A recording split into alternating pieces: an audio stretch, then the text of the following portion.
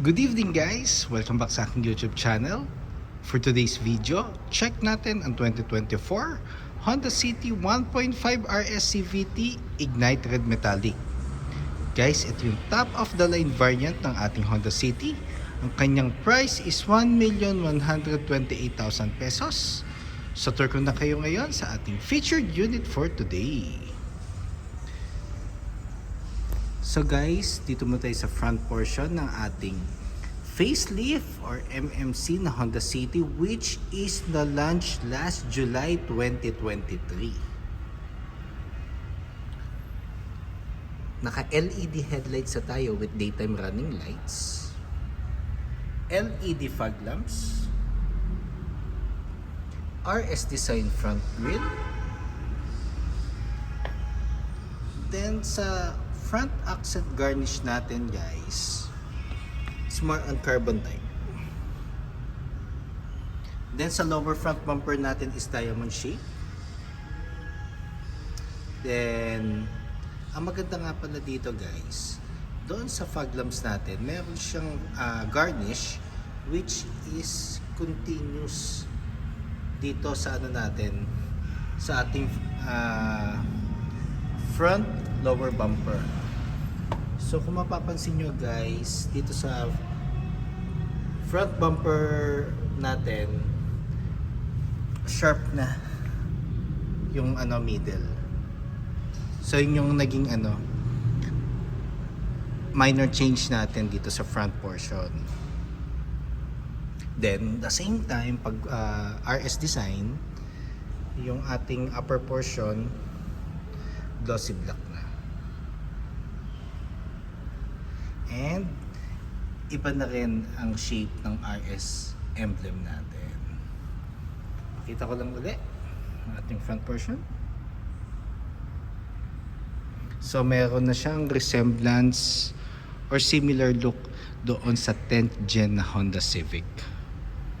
Regarding naman sa engine guys, 1.5 CVT or 7-speed automatic, 121 horsepower, 145 Newton meters of torque, front wheel drive, double overhead cam. So powerful yet fuel efficient ang ating makina, proven and tested na. So dito naman tayo sa passenger side natin guys. So yung RS nga pala guys, ang difference siya with lower variants is sporty look exterior. Then dito naman sa ating gulong, naka 16-inch RS design alloy wheels tayo. Ventilated disc ang ating brake sa harap. MacPherson strut ang ating suspension sa harap.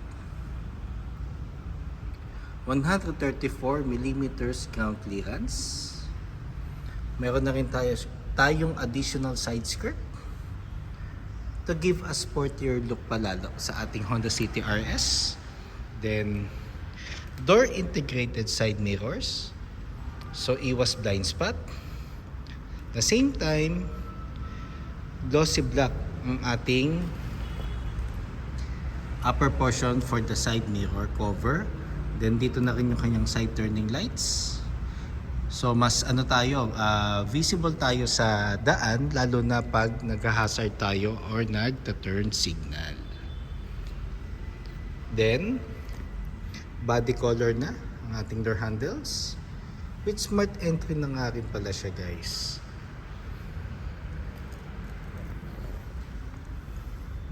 Sa rear wheel naman, drum brake ang ating preno sa likod.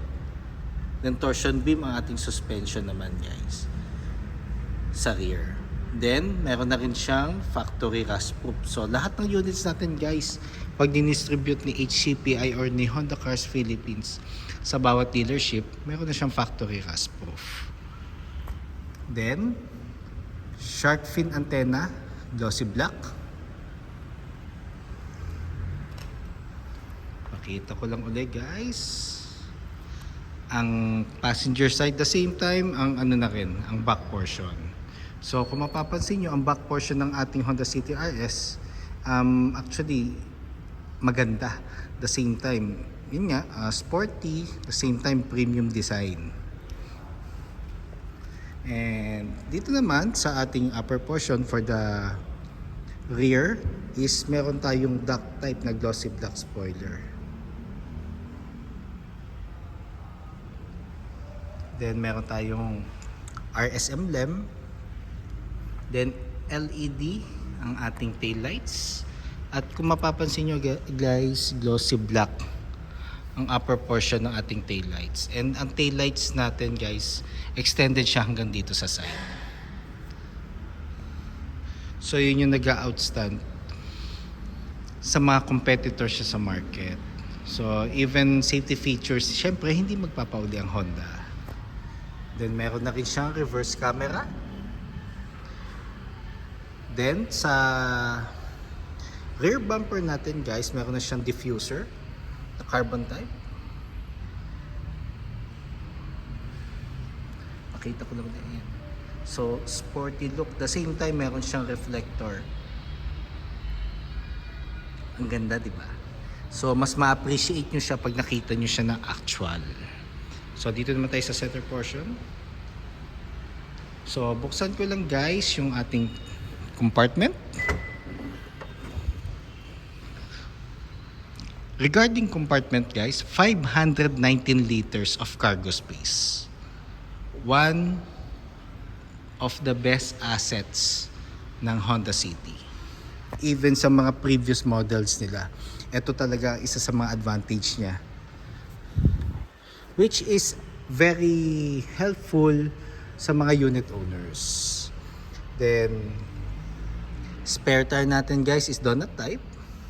Then dito na rin yung jack and tool set. Whenever na nagta-turn over kami ng unit. Then if ever meron na rin siyang cover dito sa trunk.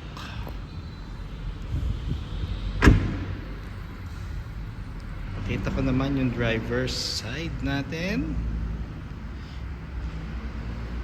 So mukha na rin siyang sports car talaga. Tsaka actually yung Ignite Red, isa sa mga best selling color yan ng Honda City. Actually lahat naman, pero mas in demand talaga is gray tsaka white. Blue and red meron ding umu-order. Pero kung ako ang papipiliin nyo guys, ang pinaka gusto kong color talaga sa City RS is yung Obsidian Blue and itong Ignite Red. Kasi nagko-complement siya doon sa sa kits ng ating unit. Like yung spoiler, diffuser, and side skirt. Then guys, fuel tank capacity is 40 liters. Unleaded guys, yun ang minimum octane required. Higher octane like 93, 95, 97, kailangan consistent na yun lang ang gagamitin natin octane, or isang octane lang ang gagamitin natin para hindi siya magkaroon ng effect sa makina. Kalap pala siya guys, sorry. So open ko lang. So nandito yung ating smart key. So, in-unlock ko na siya guys. So, dito muna tayo sa door panel. Urethane siya. Texture. Then, meron siyang leather portion with red stitches. Dito sa may normally armrest din ng door panel natin sa sides. Then, regarding naman sa seats, so, siya guys, fix ang ating headrest dito sa likod. Then, full genuine leather ang ating seats. So, lang ako guys. Then, ang ceiling natin is black. Normally, pag top of the line variant kay Honda, black ang ceiling. Buksan ko lang guys yung ilaw. Then map light natin is halogen. Oh sorry, dome light pala. dome light. Halogen. Then meron tayong 8 speakers. So 4 normal speakers and 4 tweeters. So normally dito yung mga tweeters ito. So nandito siya, and yung speakers sa harap mamaya ituturo ko sa inyong tweeters niya. Tsaka speaker.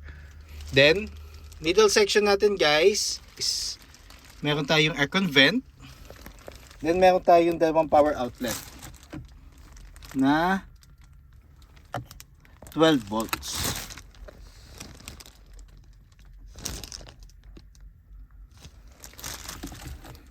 Then regarding interior space, syempre advantage ng Honda yan. So lahat ng units ng Honda is maluluwag. Meron siyang decent and spacious legroom, just in case na kahit sagad pa backward ang mga upuan sa harap, meron pa rin siyang decent legroom. Pero kung normal size lang ang sasakay, mapapansin nyo, napakaluwag. So tour ko na kayo ngayon sa front. So tapos na tayo dito sa sa ating second row. Then if ever guys, airbags niya pala, meron siyang side curtain airbags, side airbags, and front airbags. Kumbaga wrap around airbags. So yun yung maganda rin kay top of the line regarding safety features.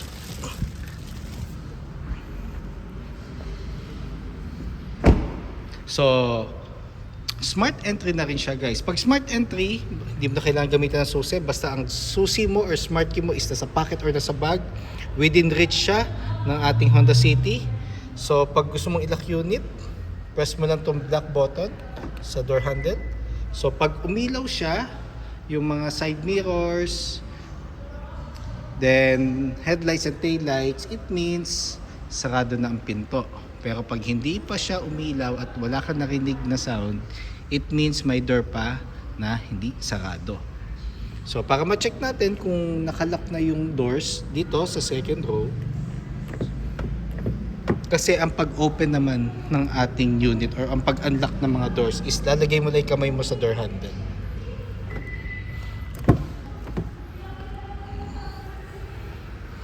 So dito muna tayo sa door panel natin sa driver side.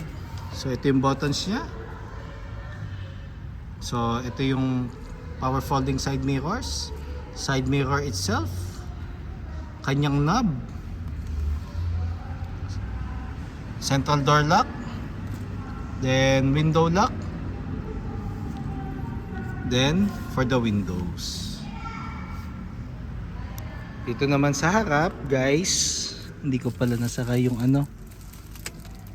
sorry, nasa middle na pala. Yan. So for the seats naman, for the front seats, adjustable ang ating headrest. Then meron tayong height adjustment. So meron siyang button dito for the trunk.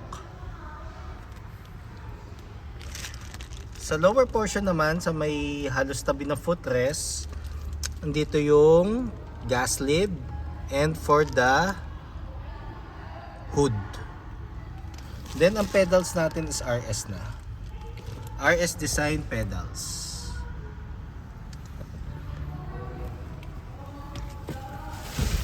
So ito nga pala yung speakers niya guys.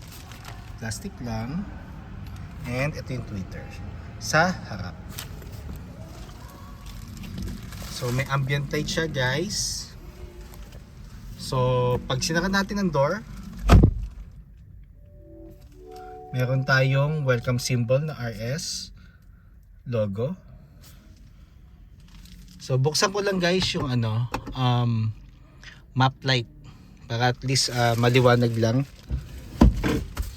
Kasi gabi na rin dito, so baka lumabo yung resolution ng ating camera.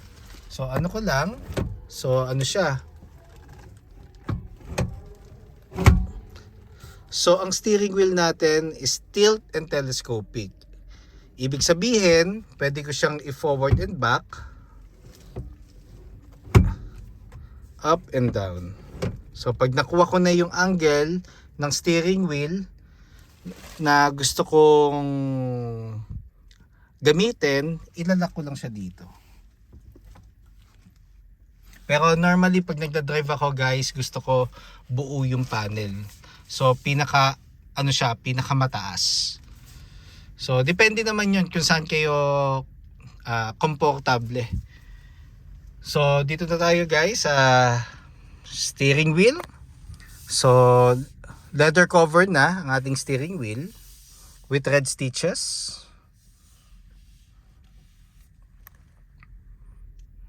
Ayan.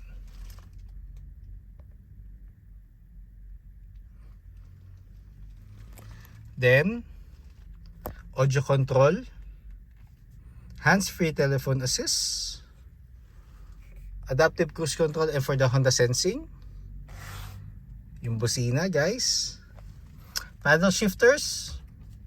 So hanggang 7th gear siya guys kasi 7-speed automatic. Then for the headlights and fog lamps, wipers. Then sa ating instrument panel guys, combination siya ng digital portion sa center and analog. So guys, pag naka Honda Sensing ang unit natin, ang digital portion natin sa center is colored.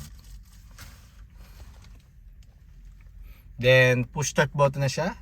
So start ko lang siya guys para at least makita nyo lang yung panel uli. So pag start natin sa sasakyan, pakan na natin yung brake, then press start.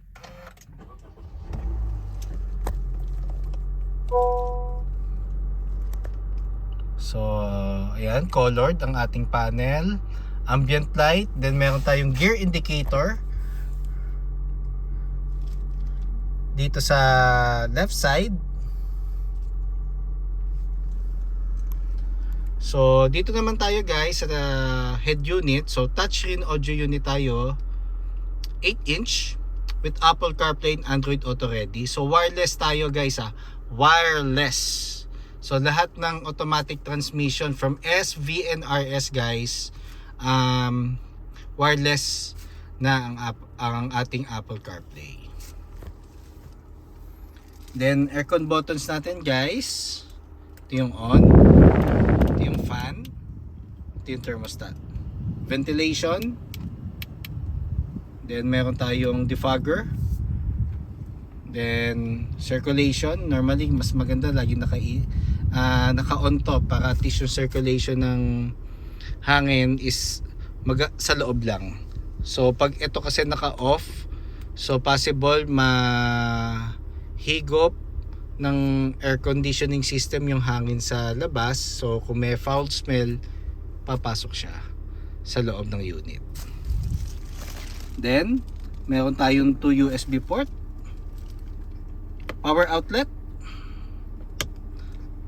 So magpapalagay kayo ng dashcam guys, plug and play. Dito ang power source. Ayusin na lang yung cord papunta sa rear mirror.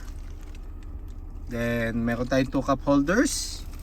Actually meron pa rin portion dito for the normally cellphone, watch, wallet. Then transmission guys, meron na siyang leather cover with red stitches. Then icon button. So pag naka-on yan, it promotes fuel efficiency. Mas useful siya pag city driving. Then itong portion na to guys, dyan mo ilalagay yung manual key just in case ma-discharge yung battery nyo at kailangan yung i-shift to neutral yung transmission. Then meron tayong light indicator na rin dito sa transmission natin. Pero I suggest kaysa tumingin tayo dito at dito na tayo titingin sa panel para hindi tayo ma-distract habang nagda-drive. So dito naman guys, may portion pa rin dito for something na coin pairs or something, hand key, handkerchief, handbrake. So kung mag-handbrake tayo guys, yung pinakamataas. So off ko lang muna uli yung engine guys.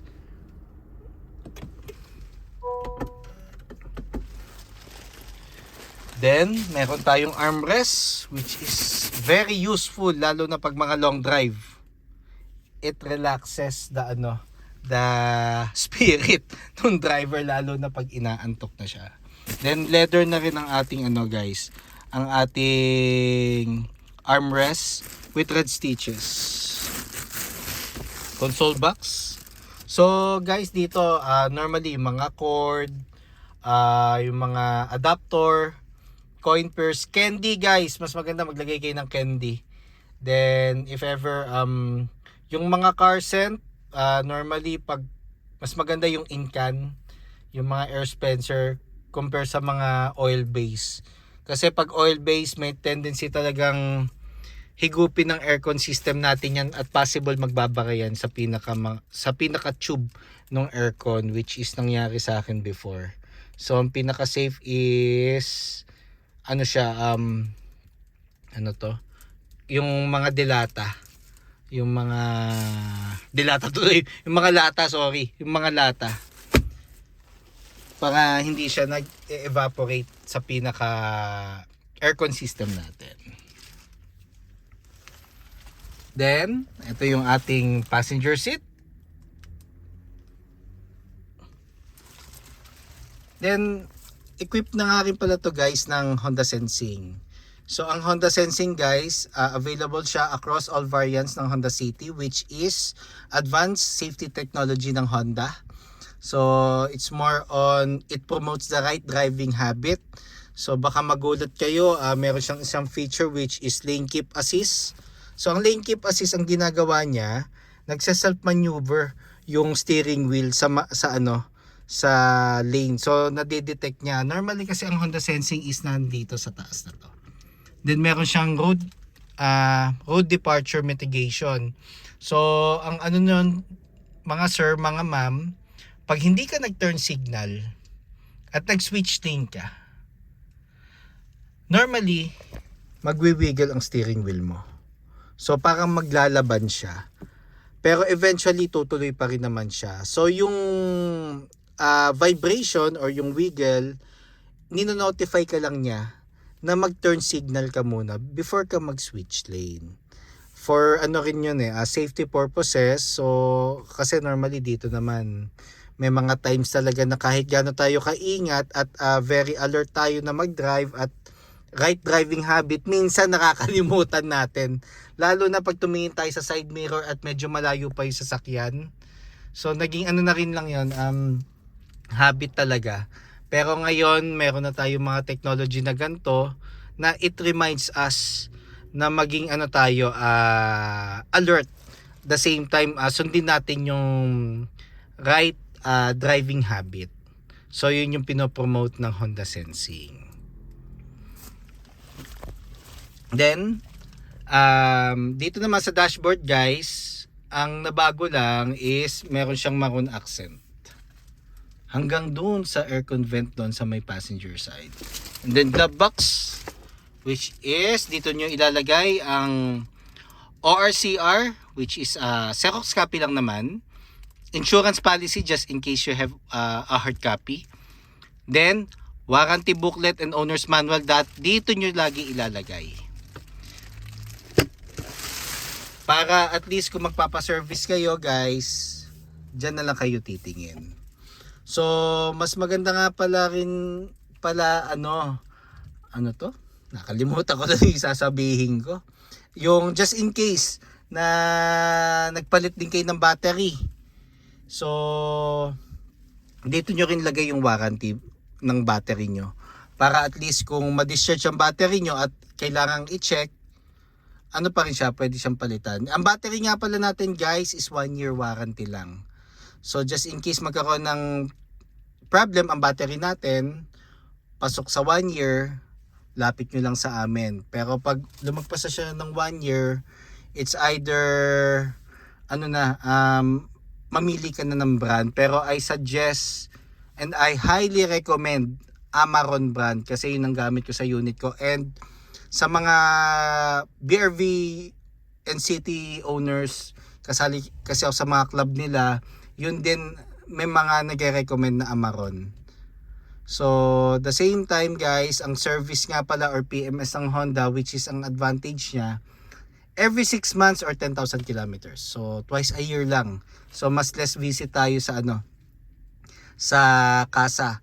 And ang dealership namin guys, just in case na due na kayo for PMS, nag-offer kami ng pick up and deliver. So i-coordinate nyo lang sa akin guys, and I would glad to assist you. So iiwan ko ang aking contact details sa description box. So kung meron kayong concern regarding parts or service appointment, pwede nyo akong kontakin. So for today guys, yun lang ang akin vlog. So for inquiries, for cash discounts, low down payments, you can call or text 0906-386-8937, or you can visit me at 141 Quezon Avenue, Quezon City, and look for me, Ross Oliver Cruz, ang inyong friendly sales executive here at Honda Cars Quezon City, providing a hassle-free transaction to all customers since 2016. And kindly subscribe na nga rin pala guys sa aking YouTube channel para maging updated sa mga susunod na videos. And kindly follow na rin ako sa aking Facebook page, Honda Cars Quezon City Best Deals, Ross Oliver Cruz. So, yun lang guys. And thank you nga pala sa support, and hopefully, ma-render ko ang services ko sa inyo. And ayun lang guys. Thank you and God bless.